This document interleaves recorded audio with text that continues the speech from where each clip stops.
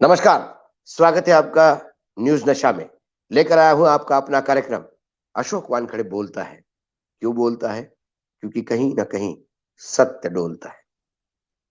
मैं दर्शकों से माफी चाहता हूं क्योंकि मैं लगातार भ्रमण कर रहा हूं एक शहर से दूसरे शहर। कई जगह लेट पहुंचता हूं, गाड़ियां लेट हो जाती है, फ्लाइट्स लेट हो जाती है और कई जगह नेट नहीं मिलता। नेट की बड़ी, हम डिजिटल इंडिया की बात करते हैं लेकिन नेट का प्रॉब्लम पूरे देश में हर जगह पे है। तो आज मैं भोपाल में हूँ और प्रयास कर रहा हूँ कि मैं आपसे रूबरू हूँ। अ, आज पूरा देश में बवाल हो गया है कि आदरणीय प्रधानमंत्री नरेंद्र मोदी जी को कांग्रेस के राष्ट्रीय अध्यक्ष खड़गे साहब ने रावण कहा। और इस बात पर पूर्ण पूर्ण बुझी बीजेपी और बीजेपी की प्रवक्ता की टीम और उनके सेनापति अ, संबित पात्रा साहब टूट पड़े सरकार पे बोलने के लिए। और उन्होंने कहा कि प्रधानमंत्री देश के, उनको रावण कह के खड़गे साहब ने प्रधानमंत्री पद की गरिमा का अपमान किया, प्रधानमंत्री जी का अपमान किया, देश का अपमान किया, गुजरात के सुपूत का अपमान किया। और ये वक्त खरगे का, ये वक्तव्य सिर्फ खरगे का नहीं है, ये वक्तव्य सोनिया जी का भी माना जाएगा और ये वक्तव्य राहुल जी का भी माना जाएगा। और अब पूरा गुजरात के चुनाव का टोल रावण बोला करके चला जा रहा है। लेकिन खरगे ने क्या कहा, ये सच्चाई भी जानना उतनी ही जरूरी है। और फिर संबित पात्रा ने जो कहा, उससे हास्यास्पद ये लगता है कि जो डाउट खरगे जी के मन में था या प्रश्न खरगे जी ने उठाया, उसका उत्तर संबित पात्रा दे रहे हैं। खरगे जी ने कहा था, गुजरात के बेहरानपुर में वो जनसभा सभा को संबोधित कर रहे थे। उन्होंने कहा था कि प्रधानमंत्री बोलते हैं कि कहीं भी मत देखो, किसी के नाम को मत देखो, बस कमल को बटन दबाओ क्योंकि वो मत मुझे मिलेगा, मुझे देखो।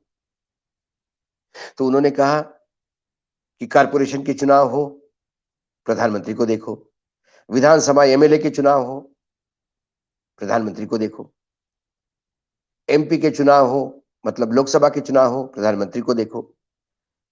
जितने भी चुनाव लड़े जाते हैं, जितने भी लेवल पे चुनाव लड़े जाते हैं, हर जगह कहा जाता है कि प्रधानमंत्री को देखो और किसी को मत देखो। तो भाई, क्या प्रधानमंत्री हर जगह है?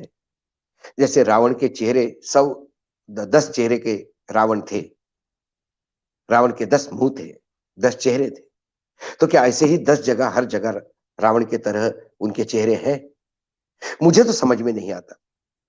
उन्होंने 2 प्रश्न उठाए। क्या रावण के चेहरे जैसे चेहरे प्रधानमंत्री के है क्या, जो हर जगह खुद को देखने की बात करते हैं? और आखिर में उन्होंने कहा कि ये जो कहते हैं मुझे समझ में नहीं आ रहा है। ये 2 प्रश्न इस बात का उत्तर देते हैं कि वो उनको रावण नहीं कह रहे हैं, रावण जैसे चेहरे है क्या, ये सवाल उठा रहे हैं। और मुझे खुद समझ में नहीं आ रहा तो मुझे समझाइए, ये आह्वान कर रहे हैं। यदि मैं शब्दशः जो उन्होंने कहा उस पे जाऊं तो, लेकिन संबित पात्रा ने इन दोनों प्रश्नों के उत्तर खरगे जी को दिए। उनने कहा कि क्या उनके रावण जैसे 10 सर है क्या? तो संबित पात्रा ने कहा, आपने उनको रावण कहा, इसके मतलब संबित पात्रा ने उनके इन प्रश्नों का उत्तर रावण के रूप में देकर यह कहा कि आपने हमारे प्रधानमंत्री को रावण कहा, जो गरिमा प्रधानमंत्री की, गुजरात के बेटे को आपने गाली दी। उन्होंने तो सवाल पूछा था, क्या आपके 10 चेहरे हैं क्या रावण जैसे? संबित पात्रा ने आपने रावण कहा यह बोल के उसे कंफर्म किया। दूसरी बात, वो कह रहे थे कि आप मुझे समझाइए। तो संबित पात्रा ने आपने जो कहा वो रावण ही है, ये बोल के उनको समझा दिया कि हां, उनके रावण जैसे 10 चेहरे हैं। उसके बाद संबित पात्रा कहते हैं कि खरगे ने गुजरात के पुत्र को गाली दी। देखिए, उसके बाद उन्होंने एक बात और कही कि ये वक्तव्य सिर्फ उनका नहीं है, अध्यक्ष जी का, ये वक्तव्य सोनिया जी का भी माना जाएगा और ये वक्तव्य फिर राहुल जी का भी माना जाएगा। प्रियंका गांधी शायद उनको सूझा नहीं टाइम पे, नहीं तो वो प्रियंका जी का भी वक्तव्य मानते। यदि संबित पात्रा की यही बात हम माने तो महात्मा गांधी को गोली मारने वाले गोडसे को महिमा मंडित करने वाली महिला का वक्तव्य, वो सांसद महिला का वक्तव्य, क्या हम प्रधानमंत्री का वक्तव्य माने, अमित शाह जी का वक्तव्य माने, जेपी नड्डा जी का वक्तव्य माने, क्योंकि वो उनकी पार्टी की सांसद है। जब उनके वहां से वक्तव्य आते हैं तो वो निजी वक्तव्य हो जाते हैं, जिसके लिए सिर्फ प्रधानमंत्री के दिल में पीड़ा होती है, एक्शन में कोई पीड़ा दिखती नहीं। लेकिन जब खड़गे जी के कुछ कहते हैं तो राहुल गांधी का भी वक्तव्य होता है, वही वक्तव्य फिर सोनिया गांधी का भी हो सकता है। ये मैं इसलिए विश्लेषित कर रहा हूं क्योंकि राजनीतिक बैंकरप्सी, दिवालियाखोरी हो गई है, दिवालिया निकल गया है हमारे राजनीतिक दलों का, क्योंकि उनके पास बोलने के लिए कुछ नहीं। 27 साल तक गुजरात में राज करने के बाद भी हमने गुजरात में क्या किया ये बताने की जरूरत नहीं होती, क्योंकि गुजरात की जनता इतनी मूर्ख नहीं कि वो जानती नहीं कि आपने क्या किया। और आपने बहुत कुछ किया, और गुजरात में जब शांति है, अमन है, गुजरात में सब कुछ है। 27 साल में आपने गुजरात को संपन्न राज्य बना दिया। गुजरात में किसी चीज की कमी नहीं है। ना महंगाई, ना बेरोजगारी है, ना इंफ्रास्ट्रक्चर की कमी है, का स्तर बहुत ऊंचा है, किसान खुश है, क्योंकि 27 साल के आप राज्य है, डबल इंजन की सरकार है, ये सब कुछ है। तो फिर खड़गे जी ने क्या कहा, इस पर क्या ध्यान देना,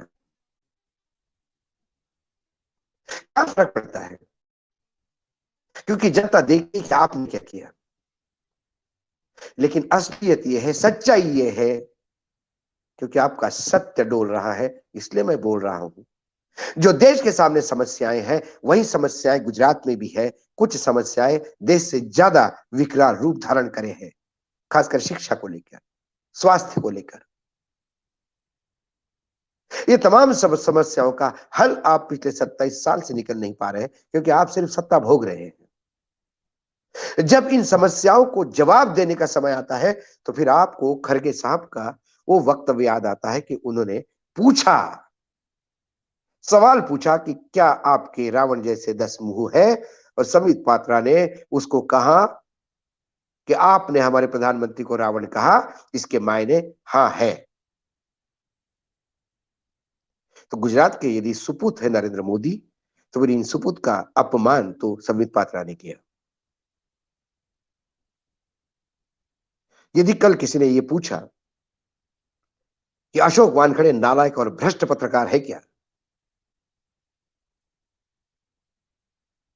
और यदि न्यूज नशा के एडिटर ने कहा कि वानखड़े जी को भ्रष्ट और नालायक कहने वाले आप कौन, तो इसका मतलब है उसने जो प्रश्न पूछा उसका उत्तर देके आपने बता दिया, हाँ वो नालायक है, भ्रष्ट है, लेकिन ये बोलने वाले आप कौन हो,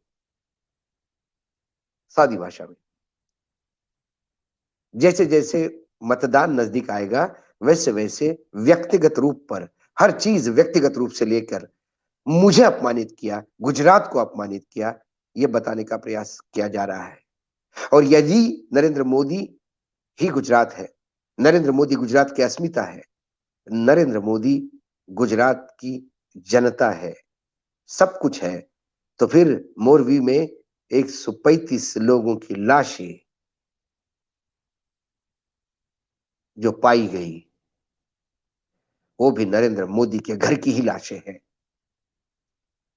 अपने ही घर में 135 लोग मर जाते हैं, और उसके बारे में यदि नरेंद्र मोदी कुछ नहीं कर पाते, 4, 5, 6, 8, 9 कर्मचारियों को अरेस्ट किया जाता है, चौकीदार, टिकट बेचने वाले, मैनेजर लेवल के लोग अरेस्ट होते हैं, और जो सबसे बड़ा गुनहगार है जिसने वो फीता काट के फूल खोला था, सबसे बड़ा गुनहगार जो है जिसने वो पुल को खोलने दिया था, वो आराम से घूम रहे हैं।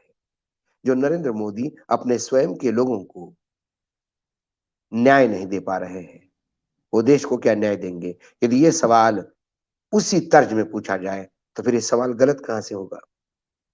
मैं मोदी विरोधी नहीं हूं, मैं भाजपा विरोधी भी नहीं, लेकिन मेरा मानना है चुनाव बहुत ही अच्छी तरह से लड़े जानी चाहिए। आमने सामने की लड़ाई होती है, जो आपने अच्छा किया वो बताइए, जो करने जा रहे हैं वो बताइए। लेकिन पिछली बार जो बोला वो किया ही नहीं, तो फिर आपके पास बोलने के लिए कुछ नहीं होता, तो फिर आप जगह ढूंढते हैं तो बोलूं क्या। तो फिर मौत का सौदागर 10 साल बाद याद आता है। 2002 के गुजरात के दंगे याद किए जाते हैं। लेकिन फिर 1 महीना पहले मोरवी की 145 लाशें याद नहीं की जाती क्योंकि उससे आपको तकलीफ होती है। यह है गुजरात के इस रावण का सच। हमारे नेताओं के वादे भी रावण के 10 मुंह जैसे हैं। 10 मुंह से 10 वादे किए जाते हैं। जनता पागलों जैसी देखती रहती है और सुनते रहती है क्योंकि उनका काम ही सुनना है। उनके सुनने वाले कोई नहीं, क्योंकि इस दशानंद के सिर्फ मुंह है, कान नहीं। आज इतना ही, फिर आता हूं कल किसी विषय के साथ। तब तक के लिए नमस्कार। देखते रहिएगा न्यूज नशा। और आप हमसे जुड़े रहने के लिए सब्सक्राइब करें YouTube पर, फॉलो करें Twitter पर और लाइक करें Facebook पर। और ज्यादा जानकारी के लिए आपको टाइप करना होगा सिर्फ न्यूज नशा।